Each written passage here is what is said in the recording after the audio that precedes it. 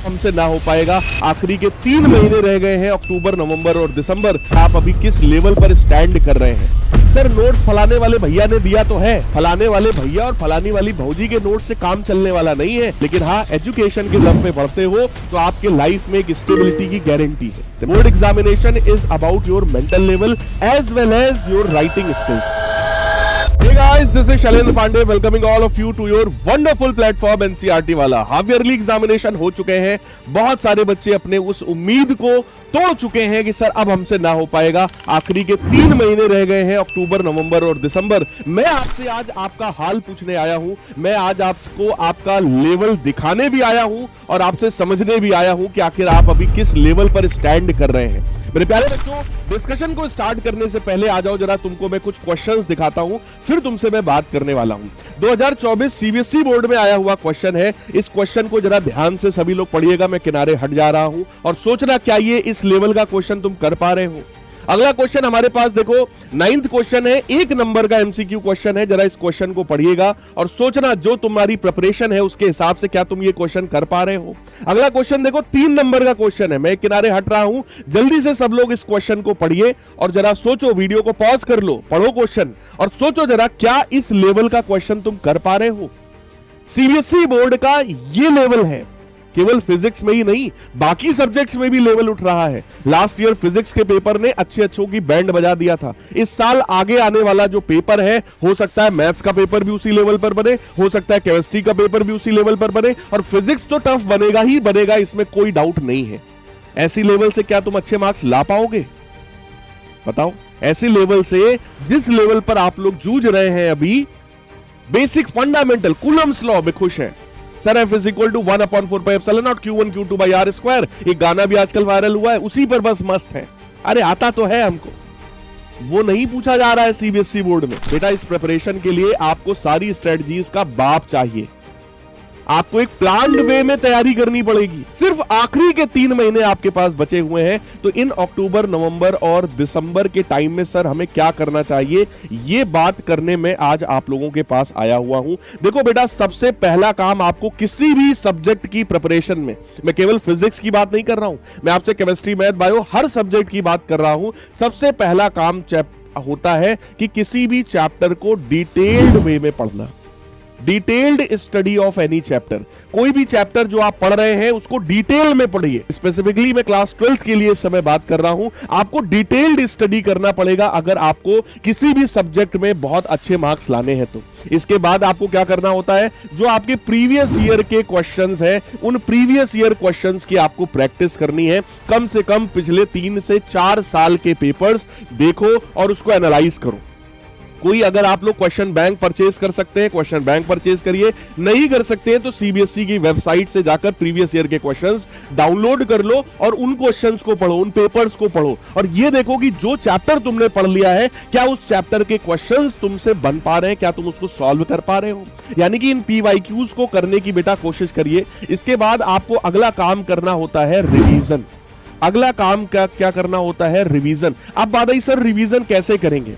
आप में से मैक्सिमम बच्चे तो कामचोर हो, तुमको सिर्फ वीडियो लेक्चर देखना है। केवल वीडियो लेक्चर देखोगे तो रिवीजन कहां से होगा? बिना नोट्स बनाए कैसे रिवीजन पॉसिबल है? यानी कि जब आप कोई भी लेक्चर देखते हो, जब आप कोई भी 1 शॉट लेक्चर देखते हो, वीडियो में देखते हो, उसके बाद आपको उसके नोट्स बनाने चाहिए। सर नोट्स फलाने वाले भैया ने दिया तो है, फलाने वाले भैया और फलानी वाली भौजी के नोट्स से काम चलने वाला नहीं है। नोट्स तुम्हें खुद बनाना पड़ेगा। मेरे प्यारे बच्चों, जब तक खुद से नोट्स नहीं बनाओगे ना, तब तक वो फील नहीं आता है। क्योंकि जब हम लोग नोट्स बनाते हैं, मैं आपको भी अपने नोट्स कुछ दिखा रहा हूं, ठीक है, जब हम लोग ये नोट्स बनाते हैं तो उन नोट्स में हम लोग अपने हिसाब से चीजों को नोट करते हैं। बात समझ में आ रही है? जब भी आप लोग नोट्स बनाएं, आप नोट्स अपने दम पर बनाएं, अपने आप से बनाएं। खुद से नोट्स बनाओगे तो उसको रिवाइज करना तुम्हारे लिए बहुत ज्यादा आसान होगा और आपके दिमाग में चीजें सेट होगी कि कौन सी चीज कहां पर हमने लिखा था। यानी सबसे पहला काम तुम्हें हर एक चैप्टर का डिटेल्ड स्टडी करना है, ऊपर ऊपर से नहीं। कई बार 1 शॉट लेक्चर्स आपको मिलते हैं 2 घंटे के, 3 घंटे, उनसे पूरी चीज कवर नहीं हो पाती है। डिटेल्ड वे में आप पढ़ो, उसके बाद ही आप बेटा बोर्ड एग्जामिनेशन में अच्छा कर पाओगे। ठीक है ना। तो डिटेल्ड वे में पढ़ने का मतलब है जिस वीडियो में आपको चीजें डेप्थ में पढ़ाई गई हैं उन वीडियो से अभी पढ़ाई करो। आपके पास 3 महीने हैं, 3 महीने में पूरा खेल पलटा जा सकता है। इन 3 महीनों में बहुत सारे त्योहार भी आएंगे, बहुत सारी शादी पार्टी बर्थडे, बहुत सारी चीजें, बहुत सारे डिस्ट्रैक्शंस आपके पास होंगे, लेकिन इन सभी चीजों को सिर्फ डिस्ट्रैक्शन ही मानना है। और लास्ट में आपको काम करना होता है हर एक सब्जेक्ट में कम से कम 4 सैंपल पेपर्स, 4 सैंपल पेपर्स आपको हर एक सब्जेक्ट में करने होते हैं। अब इसमें कई बार बच्चे कहते हैं सर मेरा बैकलॉग हो गया, क्या करें? सिर्फ एक ही तरीका है बैकलॉग को कंप्लीट करने का, और वो है मेहनत, एक्स्ट्रा मेहनत। और कोई ऐसी चीज नहीं है जो तुम्हारे बैकलॉग को कवर कर सकती है। कोई ऐसा पुड़िया नहीं आता है, कोई ऐसा चूरन नहीं आता है जो आपको दे दिया जाए और बैकलॉग कवर हो जाए। आपके अंदर होता क्या है, आज वीडियो देखोगे मोटिवेट हो जाओगे, जैसे ही थोड़े 2-3 दिन 4 दिन 5 दिन बीतेगा तुम्हारा मोटिवेशन फुस हो जाएगा। क्यों? क्योंकि तुम एक्सटर्नली मोटिवेट हो रहे हो, तुम्हारे अंदर कोई इनर फीलिंग नहीं है कि मुझे क्यों पढ़ाई करनी है। अपने इस क्यों का आंसर जरूर अपने आप से पूछना, आपको पढ़ाई क्यों करनी है।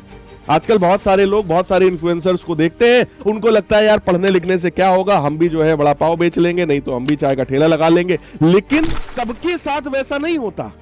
इन लोगों के लिए मेरे पास 1-2 लाइन भी है। समय समय की बात है, समय समय का योग, समय समय की बात है, समय समय का योग, लाखों में बिकने लगते हैं 2 कौड़ी के लोग।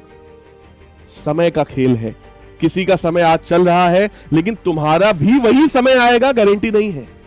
लेकिन हाँ, एजुकेशन के दम पे बढ़ते हो तो आपके लाइफ में एक स्टेबिलिटी की गारंटी है। तो मैं किसी के खिलाफ नहीं हूं, जो भी कर रहा है बहुत अच्छा कर रहा है, लेकिन उनको देख करके केवल अपनी पढ़ाई को बर्बाद कर लेना कि सर हम भी वैसा ही कर लेंगे, दैट इज नॉट फेयर।